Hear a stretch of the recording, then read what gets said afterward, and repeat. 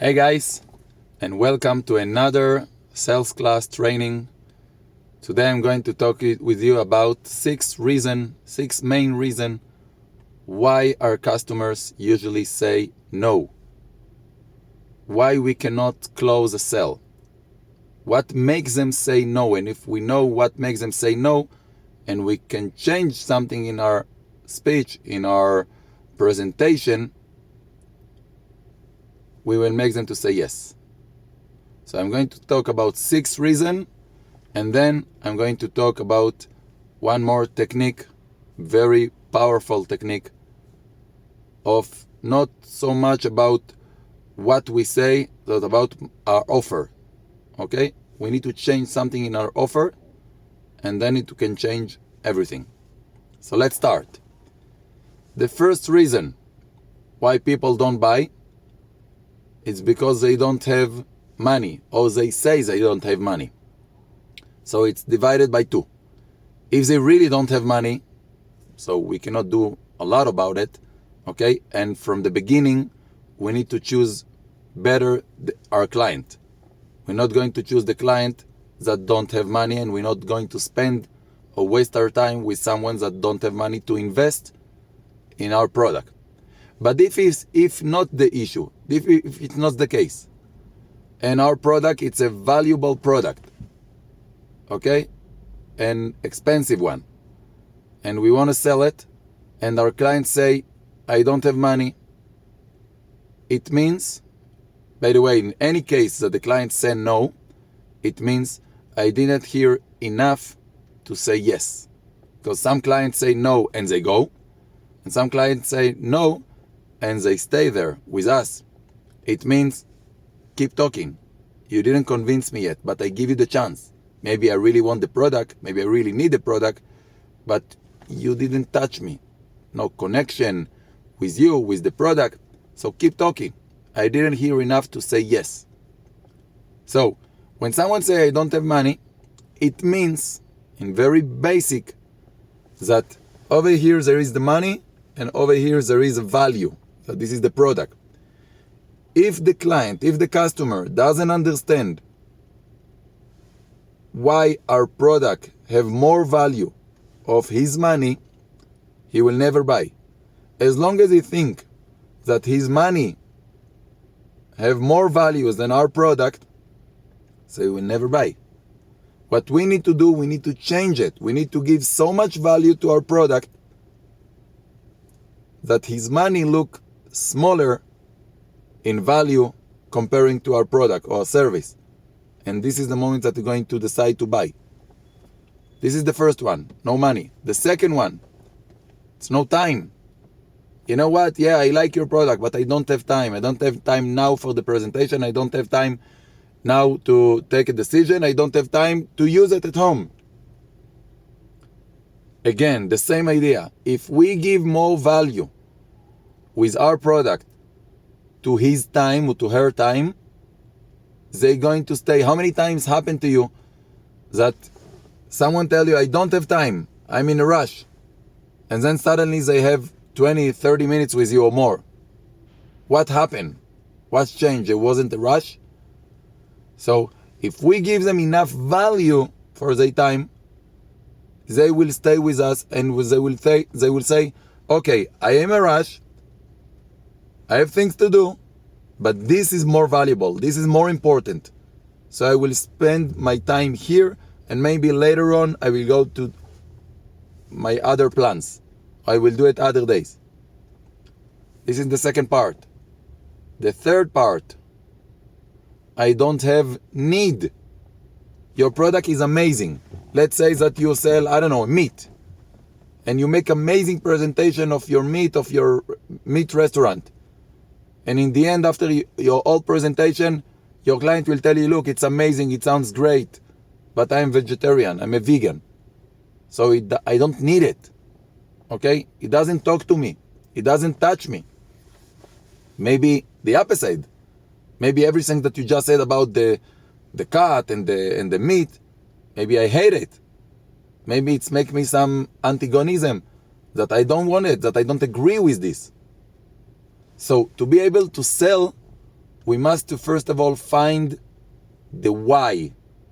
I like the phrase that said, find the why and how people buy. So first of all, we need to know the why. Why my client need the product? What is his need? Okay, he really need my product. My product is really can help him. My product, my service, and maybe if this particular product cannot help him, maybe I will offer him another product that I have, if I have. Okay? Now, sometimes the people know what they need, and some other times they don't know. Okay? I can go to the doctor and tell him, you know what? My ear is hurt, and I need some drops. And he said, no, you know what? Before I give you the drops, let me check you, let me diagnose you, and let me see, maybe it's your throat. And maybe I have infection here that affect my ear.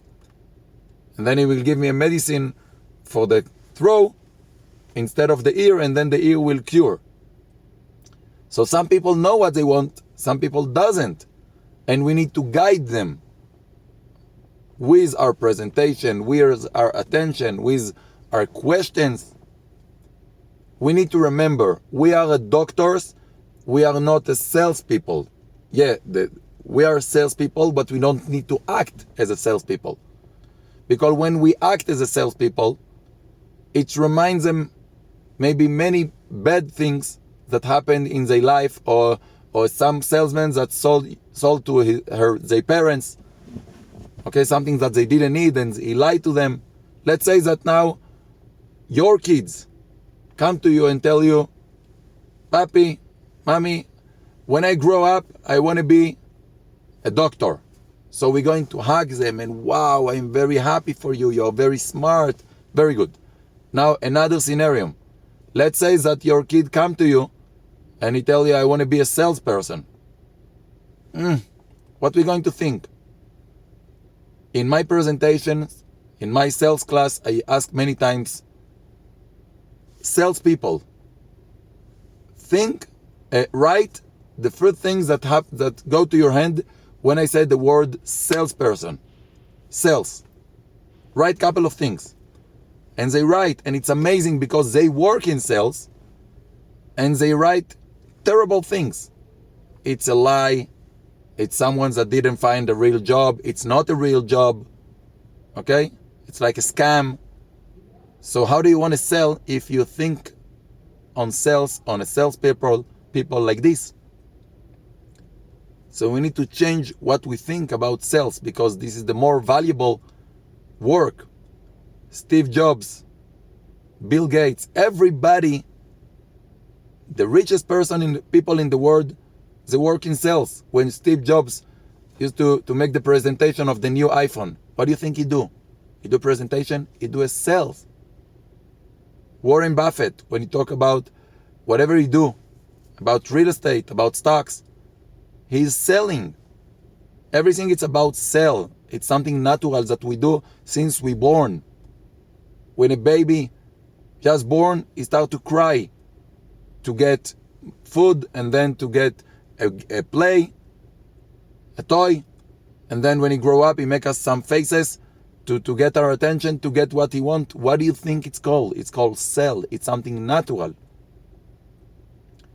So when we want to sell, we need to find the why my client need it. So, and we need to be, as I said, as a doctor. What the doctor said. Imagine that you go to the doctor and the doctor said, wow, you have headache? Wow, fantastic. Don't worry. I have this medicine. And you know what? Today you buy one, you get the second one for free. What do you think about this doctor? Something wrong with him. What the doctor usually do? He don't sell you directly. He do sell you, but he don't sell you directly as a salesperson.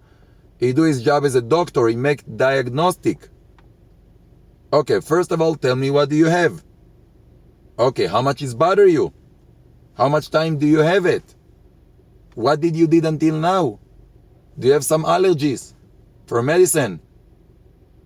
And then he write the description.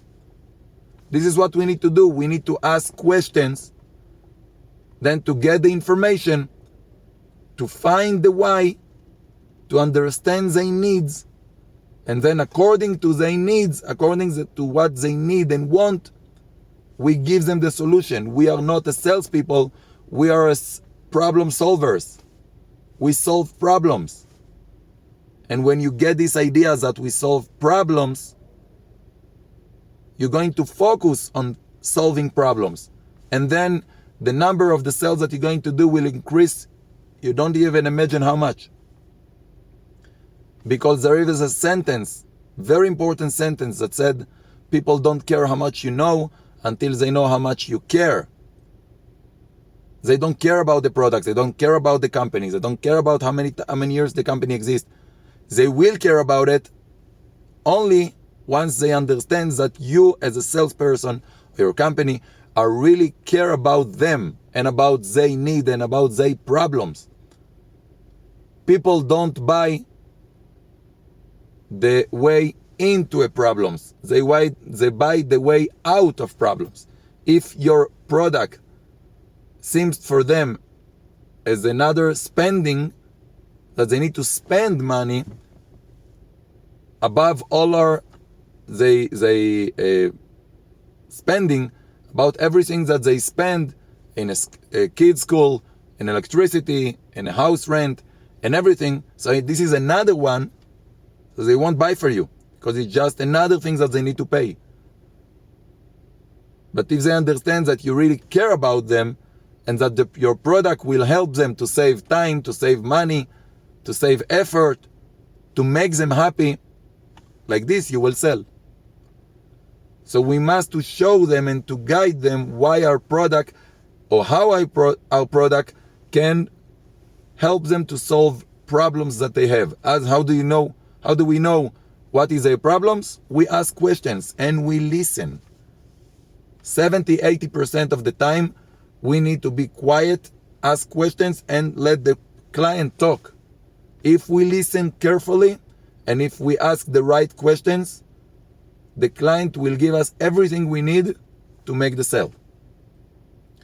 So after we know the first reason, no money; the second reason, no time; the third reason, no need; the fourth reason, no urgency. Okay, I like your product, everything, but it's not urgent. I can live without it. Maybe I do it in 1 week, a couple of hours, a couple of months. It's not urgent. Why you think it's urgent for me? And then we need to touch pain points. There is a sentence that if there is no pain, there is no sale. Everybody in this globus, we buy, or because we want to save pain, or because we want to have pleasure. Okay? As we said in our other classes, we don't buy logically, we buy emotionally. And then we convince ourselves that we make a good sale, a good buying, logically. So first of all, we buy emotionally. We live emotionally. And then we make the excuse, it's logic. Yeah, I really need it. I looked for this for a long time. So if we need it, we must to touch this point. And we need to listen and to ask the right question to know what is this kind of person, of client in front of us. Maybe it's someone that have a lot of pain and I need to touch this point. Ma'am, if you're going to buy this product, this service, it's going to save you a lot of pain. You told me that you suffer from this and from this, and that you don't like this and that. This product will help you to solve all of those pains. It will save you the pain in the future. Or, ma'am, you know what? The promotion today, maybe the price is the same today and tomorrow. But today you're going to gain all of those products for the same price, for free. You buy this, you get all of those. So now they gain. So it's a kind of pleasure, or what the product will make you to feel better with yourself, to feel happy. If it's a cosmetic, if it's any product, it can make you to look 20 years younger. Wow. So maybe some lady, it's bother her how she look. And then when I tell her, you're going to look 20 years younger, it's going to say, wow, it saved me a lot of pain because I don't like how I look, for example. Or, wow, I look very good, but it will make me look much better. So I feel very good with myself. So it's pain and gain. How we do that? Today, we can say, this is the special edition. This is the last 4 that we have. After this, the company won't make it again. They make a new one. A new design, whatever. Okay, and because of that, we give it in this price today. Or the promotion is today because it's the first day of the month, the last day of the month, my birthday, whatever reason.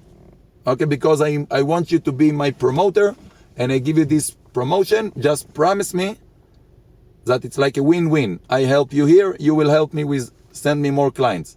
Whatever the reason is, we need to find, first of all, why they need it, and then how it can touch the pain point. How it can help them to resolve or pain or to get pleasure. The passion. And then, the next one. There is no desire. As we said, people buy with desire, with passion, not logically. So maybe I explain them what they need the product. Maybe I explain them what its value, have the value for the money or more, and for the time. But they don't have desire for this. Many people, I didn't explain it in a such way that makes them desire, that makes them to be passionate for it. Many people do things at life not because they need, because they want. And sometimes what we want, it's more strong, it's much stronger than what we need. Look for the people that smoke, for example. Maybe inside they really understand that the smoke makes them very bad and that can make them sick. Maybe they are sick, but they're still smoking. Why? Because they want.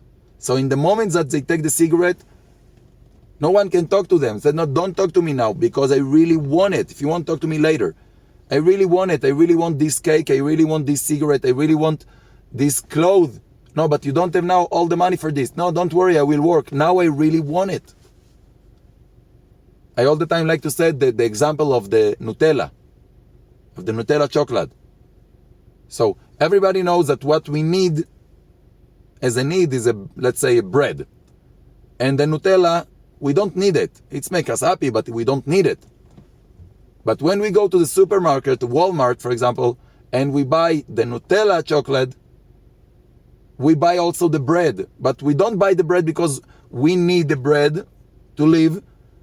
We buy the bread because we need to put the Nutella on something. So the Nutella become to be the more important than the bread. And this is what take us to understand. We talked about need before. Some need, they are need to live. Basic need. Okay? To breathe, to have clothes, to have home. But some other things, there is more needs that maybe they're not basic, but they're not important less. And one of them is to be happy. It's to have a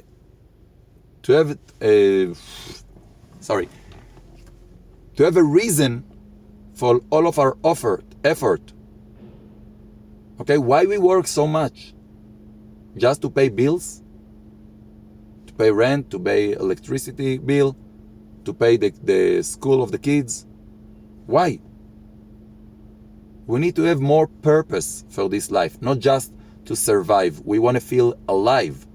And feel alive is also to eat Nutella or dance or hear music or travel or do things that maybe you don't need. You can live without them. But your life will be without purpose. If I like to study, maybe I can live the same with this book, reading this book, or without reading this book, seeing this video, or doesn't, or not. But my life will be better if I do it. And I will be happier. So this is need. It's a very important need to be happy. So if my product, if I can show them how my product can make them to be happy, I buy them. I make them to think, okay, I really want to be happy. I deserve to be happy. I work for so many years. I give so many things to our kids, to my wife, to whatever. I make everybody happy. What with me? What about this body? What about this soul? What about myself? And if I can show them and get them to this point that they understand that they deserve it, so they will think, okay, I need it. I need it because I want to be happy. Another reason, maybe the last one, okay? The last one is that everything that you do, you did perfect, but they don't trust you. No trust. Now, when I say no trust, it's divided by a couple of things. Many people think, okay, they don't trust me, they don't trust the product, they don't trust the company. And now I want to add one more thing. Maybe all of those that you just said, it's correctly. Maybe they don't trust you, and you need to work more on being better and show them that you really care about them and listen better and give them a solution. Okay, and when you ask questions, pay attention to what they answer you. She said she is married.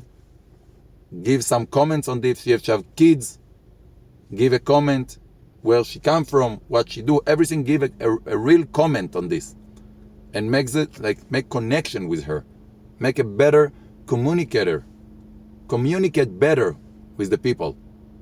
Let them understand that before you're a salesman, you are a person exactly like them, and that you really care about them, and that you came today to meet them because you really care about them. So this is to make them trust you, and then make a good presentation about the product, about their need, about how my product can solve your problems, okay? About why my company is different than other companies. Maybe some things we have in common, but some other things our company make better because our company put the client, the customer first. And what they really want is that the client will be happy, and through this, the company will earn money. But first of all, the most important is this client and not the salespeople and not the product. So maybe everything over here we do very good. But there is one more thing. Maybe they don't trust them. They don't trust themselves. Let's say in dieta. Okay, maybe they try many products and they didn't work. And your product work amazing. And maybe you convince them. But they will say, yeah, but maybe it work with other people. For me, I don't believe it will work for me. They don't believe in themselves. So we need to raise the personal confidence on them and how our product can help them. How many times we see videos in YouTube, in TikToks, in Facebook, and we see many people that become to be millionaires from nothing or from something. But they say, wow, amazing, but I cannot be like this. Because who I am to be a millionaire, who I am to be successful.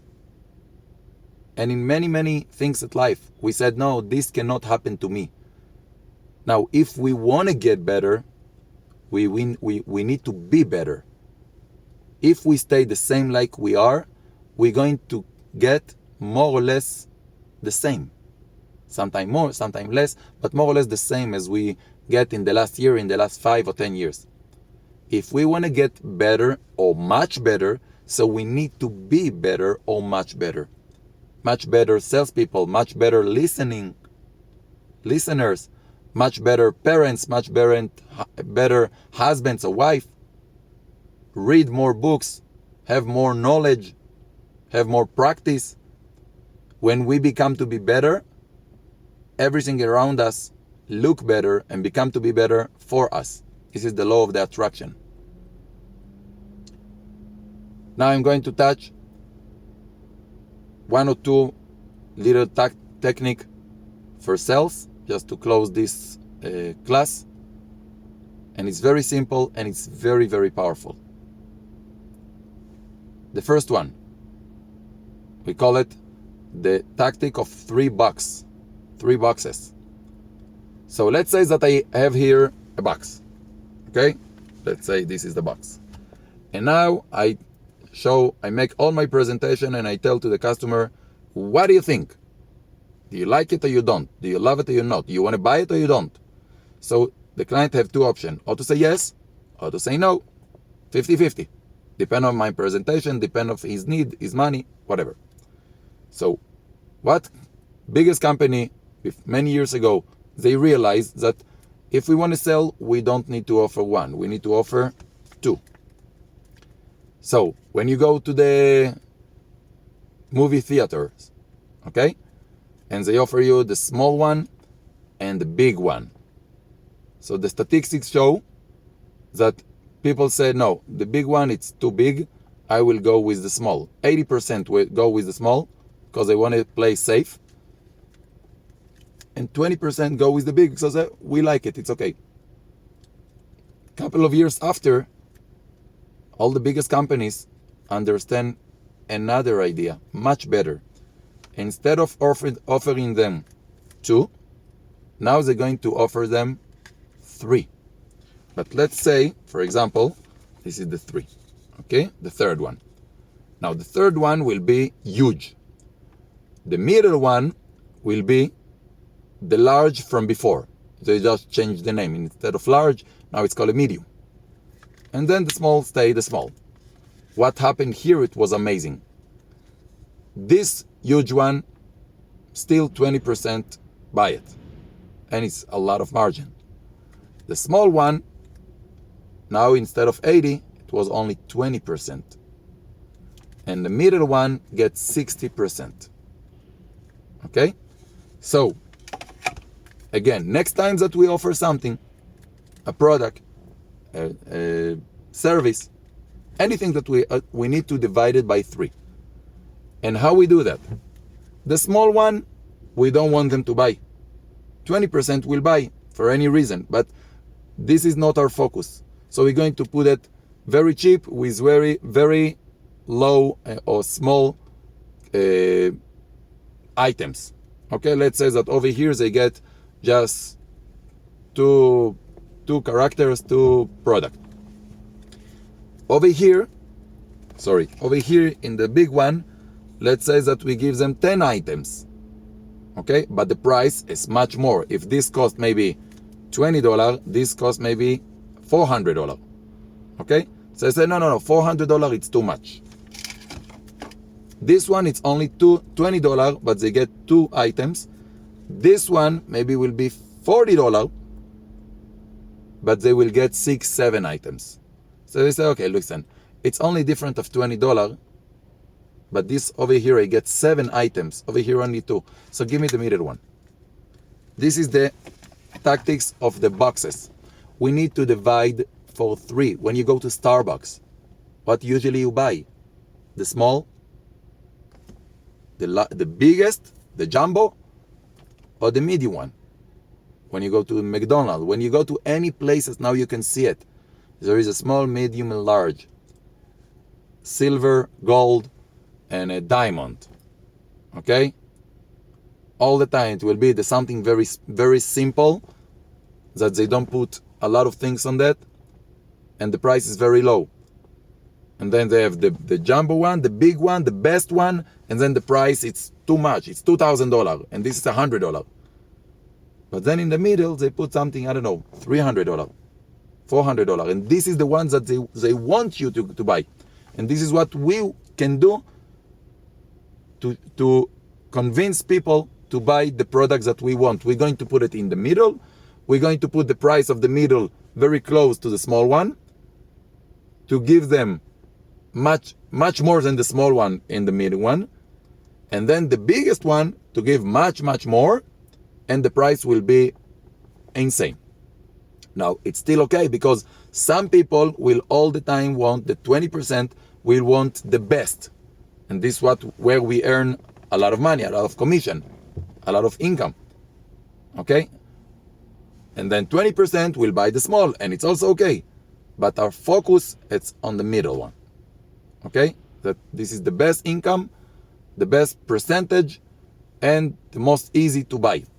Because you give them, what do you think? They give them a lot, and you don't charge a lot, you charge almost like the small one. And then the second tip, we need to remember that people don't buy product. People buy stories.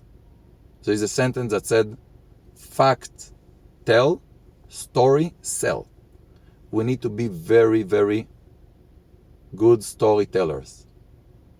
Okay? We need to make a story for the product, for the company. To tell our story, our personal story with the product, how it changed us, how it's touching us, what it did for me, for my mom, for my wife, whatever. Give them something personal as a story, then connect the story with the story of the product, with the story of the company, and then immediately it will raise the value of the product. This is what we talked in the beginning, that we need to raise the value of the product.